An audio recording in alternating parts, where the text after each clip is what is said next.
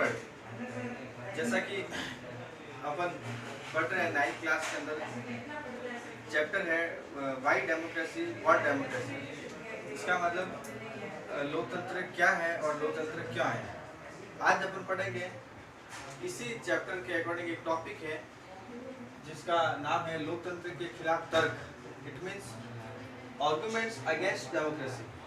जैसा कि अपन को पता है और पिछली क्लास में पिछले वीडियो में अपन ने देखा कि लिंगडो मैडम एंड स्टूडेंट्स के बीच में एक डिबेट चल रही थी, एक वाद विवाद चल रहा था लोकतंत्र के पक्ष में। लोकतंत्र के बारे में वो डिस्कस कर रहे थे कि कौन सी व्यवस्था अच्छी रहती है, या फिर जैसे जैनी है, योलांदा है, वीबियांग है, रोज है, इन्होंने अपने अपने आर्गुमेंट अपने अपने तर्क वितर्क पेश किए कि डेमोक्रेसी किसी ने बताया अच्छी है, किसी ने बताया खराब है, किसी ने कहा गलतियां हैं, कमियां हैं, मिस्टेक है। तो इसी के अकॉर्डिंग आज अपन देखते हैं कि लोकतंत्र के खिलाफ तर्क यानी कि आर्गुमेंट्स अगेंस्ट डेमोक्रेसी, है ना। तो देखो इसमें देखते हैं सबसे पहले कि ऐसे कौन कौन से तर्क हैं, ऐसे कौन कौन से आर्गुमेंट्स हैं जो डेमोक्रेसी के अगेंस्ट यानी कि डेमोक्रेसी या लोकतंत्र के खिलाफ हमें वो देखने को मिलते हैं या समझने को मिलते हैं या हम उनको महसूस कर सकते हैं। तो सबसे पहला पॉइंट आ रहा है कि लोकतंत्र में नेता बदलते रहते हैं। लोकतंत्र में नेता है जो बदलते रहते हैं और इसमें अनबैलेंस या वो एक बैलेंस वाली अस्थिरता पैदा होती है। क्योंकि आपको पता है कि लोकतांत्रिक देश के अंदर चुनाव यानी कि इलेक्शन वो या तो हर 5 साल बाद में होते हैं, या हर 6 साल बाद में होते हैं, या हर 4 साल बाद में होते हैं। तो जैसे जैसे चुनाव होते हैं वैसे वैसे जो फेस है, जो चेहरा है, जो नेता है, वो चेंज होते रहते हैं। और जब वो चेंज हो जाएंगे तो सरकारें भी चेंज हो जाएगी और इस प्रकार से एक अनबैलेंस यानी कि अस्थिरता, असंतुलन की स्थिति पैदा होती है। पहला पॉइंट ये है। सेकंड बात करते हैं कि लोकतंत्र का सिर्फ मतलब एक राजनीतिक लड़ाई हो गया और राजनीतिक खेल, पॉलिटिकल एक गेम्स हो गया है, ठीक है ना। और उसका सीधा सा संबंध ये है कि अपनी अपनी पावर को लेके, अपनी अपनी अप्रोच को लेके, अपनी अपनी पॉलिटिकल पार्टियां अपने पावर और अप्रोच को लेके जो बहुत बड़े डिस्प्ले करती है और जनता के बीच में जो इस प्रकार से पेश आती है कि सब कुछ वही है, ठीक है, और जनता को एक अट्रैक्ट यानी कि आकर्षित करने का काम करती है। लेकिन इसके अंतर्गत क्या होता है कि वे जनता की नैतिक हितों के प्रति उनकी कोई जिम्मेदारी वे नहीं निभाते। केवल और केवल राजनीतिक पार्टियां, पॉलिटिकल लीडर वो अपने फायदे के लिए, अपने लाभ के लिए ही जो चुनाव लड़ते हैं और चुनाव में जीतते हैं। क्लियर? अपन पढ़ रहे हैं लोकतंत्र के खिलाफ तर्क, है ना। आगे अपन देखते हैं कि लोकतंत्र के अंदर आपको पता है कि प्रत्येक व्यक्ति को बोलने का अधिकार होता है, कोई भी कार्य करने का अधिकार होता है, स्पीच देने का अधिकार होता है, अपनी बात रखने का अधिकार होता है। तो इससे क्या होता है कि जैसे कोई टास्क है, कोई मिशन है, कोई प्रोजेक्ट है, कोई एजेंडा है, कोई एम है, कोई उद्देश्य है या किसी लक्ष्य को प्राप्त करना है तो उसमें देरी होती है। और देरी होने का सीधा सा मतलब यही है कि सब अपनी अपनी बातें रखते हैं, सब अपनी अपनी बात रखते हैं। तो ऐसी स्थिति में क्या होता है, किसी एक निर्णय पे पहुंचने में बहुत समय लगता है या फिर बहुत देर हो चुकी होती है और तब तक जनता को प्रत्यक्ष या अप्रत्यक्ष, डायरेक्ट या इनडायरेक्ट रूप से जो लॉस उठाना पड़ता है। नेक्स्ट अपन देखते हैं लोकतंत्र के खिलाफ तर्क में देखते हैं अपन कि कुछ सेलेक्टेड नेता या चुने हुए नेता ऐसे होते हैं जो जिन्हें कोई एक्सपीरियंस नहीं होता है, जिन्हें लोकतांत्रिक सिस्टम या लोकतांत्रिक डेमोक्रेटिक जो व्यवस्था है उसके अकॉर्डिंग उन्हें कोई न अनुभव होता है न एक्सपीरियंस होता है। वे चुनाव जीत तो जाते हैं, चुनाव जीत तो जाते हैं, लेकिन वे अपना एक्चुअल रोल प्ले नहीं कर पाते हैं, यानी कि वे जनता के हितों के लिए, जनता के फायदे के लिए पब्लिक सर्विस नहीं कर पाते हैं और केवल सेल्फ यानी कि खुद के ही फायदे की बात करते हैं, क्योंकि उनके पास में पोस्ट भी होती है और पावर भी होती है, पद भी होती है, प्रतिष्ठा भी होती है। क्लियर? आगे अपन देखते हैं लोकतंत्र के खिलाफ तर्क में, जैसा हमने 3-4 बिंदुओं पे चर्चा की, उसी को आगे बढ़ाते हुए देखते हैं कि लोकतंत्र में चुनाव होते हैं, जहाँ पे भी जिन देशों में चाहे राज्य हो, चाहे कंट्री हो, चाहे नेशन हो, चाहे देश हो, जहाँ जहाँ चुनाव होते हैं वहाँ पे बहुत ज़्यादा पैसे खर्च होते हैं, और पैसे खर्च सब कुछ जनता के, पब्लिक के होते हैं, ठीक है ना।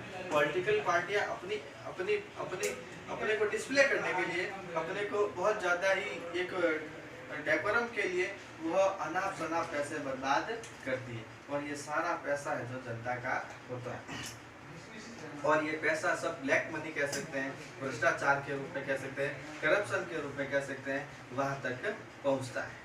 और पैसा जनता की, पब्लिक की खून पसीने की कमाई होती है। लेकिन जो बहुत ही पावर में है, जो बहुत हाई प्रोफाइल पॉलिटिकल पार्टियां हैं, उन्हें किसी भी कोई भी प्रकार की परवाह या चिंता नहीं होती। तो ये भी एक प्रकार से खिलाफ तर्क हैं, या जो आर्गुमेंट्स है वो अगेंस्ट डेमोक्रेसी के, ठीक है ना। आगे अपन देखते हैं कि नॉर्मली जनता क्या होती है, अनएजुकेटेड होती है, या उन्हें किसी भी चीज़ लोकतांत्रिक सिस्टम के बारे में इतना नॉलेज नहीं होता है। तो जब उनको पता ही नहीं है कि लोकतांत्रिक व्यवस्था होती क्या है, या डेमोक्रेटिक सिस्टम के क्या फायदे हैं, क्या लाभ है, तो वे जब उनको पता ही नहीं होता ना, तो वे उन लोकतांत्रिक सिस्टम से मिलने वाले लाभ से क्या हो जाते हैं, वंचित हो जाते हैं, यानी कि उन्हें वे फायदे मिलते ही नहीं है जो कि लोकतांत्रिक व्यवस्था के अकॉर्डिंग उनको मिलने चाहिए। उन्हें पता ही नहीं चलता है कौन सी व्यवस्था अच्छी है, कौन सी व्यवस्था बुरी है, कौन सा कार्य अच्छा है, कौन सा कार्य गलत है, ठीक है। और वे उस स्थिति तक पहुंच ही नहीं पाते हैं कि हमें ये निर्णय करना है। ये सब कब करती है जनता, जब उनको नॉलेज होता है, जब उनको आइडिया होता है, जब उनको जो अनुभव होता है, ठीक है। इसी प्रकार से कुछ क्वेश्चन और पैदा होते हैं, कुछ सवाल और पैदा होते हैं कि अपन कौन सी व्यवस्था को बेटर करें, ठीक है, या कंपेयर करें 2 या 3 या 4 या 2 से अधिक पॉलिटिकल पार्टियों में, पॉलिटिकल पार्टियों के जो सिस्टम है, गवर्नमेंट सिस्टम है, उसमें कंपेयर करें, ठीक है। तो हमें कई सारे कंफ्यूजन वाले क्वेश्चन पैदा होते हैं, कई सारे ऐसे सवाल बने रहते हैं जिनका उत्तर है जो उचित या एक्चुअल आंसर है जो नहीं मिल पाता है। ऐसे कई सवाल है, जैसे देखते हैं इसके अंदर, ठीक है। तो इनके अलावा जो अपन ने आर्ग्यूमेंट्स देखे हैं, इनके खिलाफ तर्क देखे हैं, क्या और भी ऐसी कई चीज़ें हैं जो अभी तक बाकी रह गई है, या हमने अभी तक देखी नहीं है, पढ़ी नहीं है, हमने डिस्कस नहीं किया, चर्चा नहीं की है, मन में रह गई है, ठीक है। या फिर इन सब में कौन सा पॉइंट एक्चुअल लोकतंत्र पे लागू होता है, या कौन से पॉइंट है जो लागू नहीं होता है। देखो, कहने में तो जनता बहुत कुछ कह देती है, या जनता की नीड्स होती है, जनता की इच्छा होती है, ठीक है, जनता क्या चाहती है, लेकिन क्या सारी बातें लोकतंत्र पे लागू होती है, या फिर कुछ सेलेक्टेड चीज़ें ही है जो लागू होती है। तो ऐसे कई ये सवाल है जो कि अनआंसर्ड है, हमें अभी तक उनका आंसर या उत्तर प्राप्त नहीं हुआ है।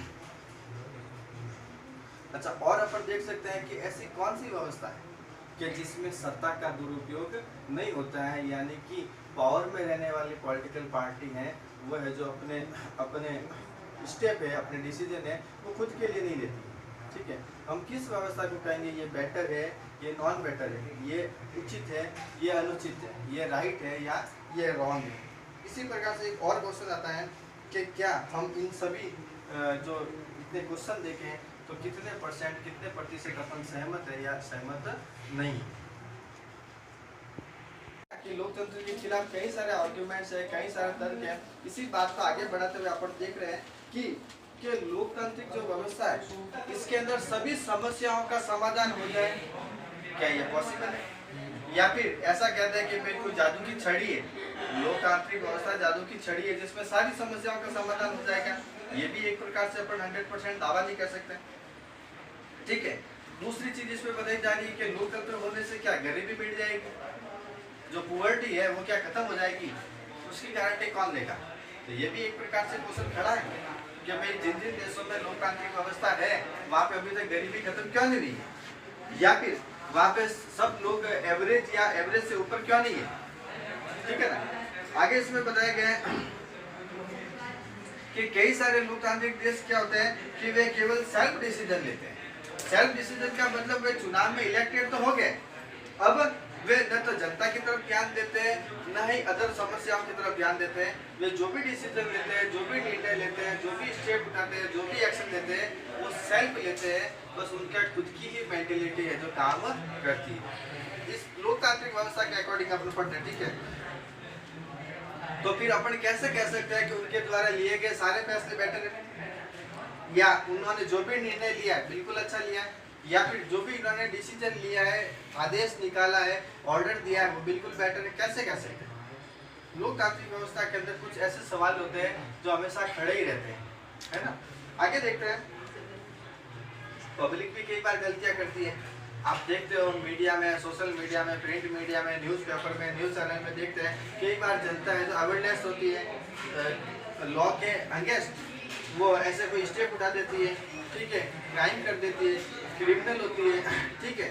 तो वो भी डेमोक्रेसी के अकॉर्डिंग एक पार्ट है जो कि कहीं पे भी पॉसिबल है या संभव है। अच्छा, गवर्नमेंट क्या होती है कि जब डिसीजन लेती है ना तो उसके लिए वेट करवाती है। वेट करवाने का मतलब है कि जैसे अपन देखते हैं कि मेडिकल से रिलेटेड देखते हैं, जैसे कोरोना एक इस प्रकार से महामारी चली, ठीक है, इसके वैक्सीन को लेके इसके वैक्सीन के डिस्ट्रीब्यूशन के लिए, इसकी सप्लाई के लिए गवर्नमेंट ने कहा कि भाई इस प्रकार से हम इस सिस्टम को फॉलो करेंगे। लेकिन तब तक पब्लिक कितना वेट करेगी, और इस स्थिति के अकॉर्डिंग पब्लिक को भारी नुकसान या लॉस उठाना पड़ता है, और हुआ है, ठीक है ना। इसी प्रकार से अपन देखते हैं कि जो डेमोक्रेटिक सिस्टम है वहाँ के सरकारें चेंज होती रहती हैं, यानी कि लीडरशिप चेंज होती रहती है। और जब लीडरशिप चेंज होती रहती है, लीडर चेंज रह जाता है, यानी कि कैप्टन खुद चेंज हो जाता है, तो पूरी टीम या पूरी व्यवस्था को संभालने को, समझने के लिए, उसको हैंडल करने के लिए, उसको मैनेज करने के लिए भी उसको टाइम लगता है, समय लगता है। और ये टाइम और समय जब तक वो समझता है या हैंडल करता है तब तक बहुत समय निकल चुका होता है, और जनता को इसमें डायरेक्ट इनडायरेक्ट रूप से लॉस होता है। क्लियर ना। कई बार क्या होती है कि गवर्नमेंट हार्ड डिसीजन लेती है। हार्ड डिसीजन का मतलब है कि बिना सोचे समझे या बिल्कुल क्विक डिसीजन ले लेती। कि आपने देखा होगा पहले या सुना होगा नोटबंदी, ठीक है। नोटबंदी के अकॉर्डिंग क्या होता है कि गवर्नमेंट ने डिसीजन तो ले लिया, अब बहुत बड़ी वर्ल्ड की सबसे बहुत बिगेस्ट डेमोक्रेटिक कंट्री है इंडिया, ठीक है। अब वहाँ पे नोटबंदी वाला डिसीजन ले लिया। अब नोटबंदी वाला डिसीजन ले तो लिया, लेकिन उसके इफेक्ट हर गांव में, हर गली में, चाहे डेजर्ट हो, चाहे आपके कोस्टल एरिया हो, चाहे आपके ग्राउंड लेवल पे हो, पब्लिक 1000 मिलियन पब्लिक है जो उन्होंने कितने मतलब दुख झेले या कितनी समस्याओं का सामना करना पड़ा। तो ये भी जनता को एक प्रकार से लॉस ही कह सकते हैं, ठीक है ना। और इसका बैड इफेक्ट पड़ता है, इसका बुरा नतीजा या बुरा असर प्रभाव पड़ता है ना, इस लोकतांत्रिक व्यवस्था के अकॉर्डिंग कैसे कर। तो फिर अपन ने इतनी सारी बातें देखी, इतने सारे क्वेश्चन देखे, इतने सारे अपन ने पॉइंट देखे, तो अपन किसको बेटर कहें, कौन से सिस्टम को बेटर कहें, या कौन सी व्यवस्था को अच्छा बताएं, या कौन से व्यवस्था को ठीक कहें। तो डेमोक्रेसी के अंदर इतनी सारी प्रॉब्लम देखी अपन ने, इतने सारे आर्गुमेंट्स देखे, इतने सारे तर्क देखे उनके खिलाफ, है ना। लेकिन रियलिटी में देखें, एक्चुअल देखें, तो ये प्रॉब्लम है। इसका मतलब ये नहीं है कि डेमोक्रेटिक सिस्टम खराब है या लोकतांत्रिक व्यवस्था हो ही नहीं चाहिए। अगर अदर सिस्टम से देखें, अदर व्यवस्था को देखें और डेमोक्रेटिक को भी उसके साथ इंक्लूड कर दें, तो अपन एनालिसिस करेंगे, अपन पढ़ेंगे, अपन समझेंगे, कंपेयर करेंगे, तो अपन को लगेगा अरे यार डेमोक्रेसी तो बहुत ही अच्छी है और बहुत ही शानदार है। हालांकि अपन ने इसके खिलाफ आर्गुमेंट्स भी देखे, तर्क भी देखे, लेकिन फाइनली ओवरऑल अपन स्टडी करेंगे तो कहेंगे कि नहीं यार डेमोक्रेसी तो बेटर है अदर सिस्टम से, है ना। क्योंकि आपको पता है कि डेमोक्रेटिक सिस्टम के अंदर पब्लिक के पास में ऑप्शंस होता है कि होता है। पब्लिक अपने आप को वो चूज कर सकती है, पब्लिक सेलेक्ट कर सकती है पब्लिक है जो ऑप्शंस को है जो उसमें से फर्स्ट है, सेकंड है, थर्ड में से उसको है जो चयन कर सकती है। और अदर सिस्टम के अंदर ये व्यवस्था या ये विधि या ये प्रकार है जो नहीं होता है।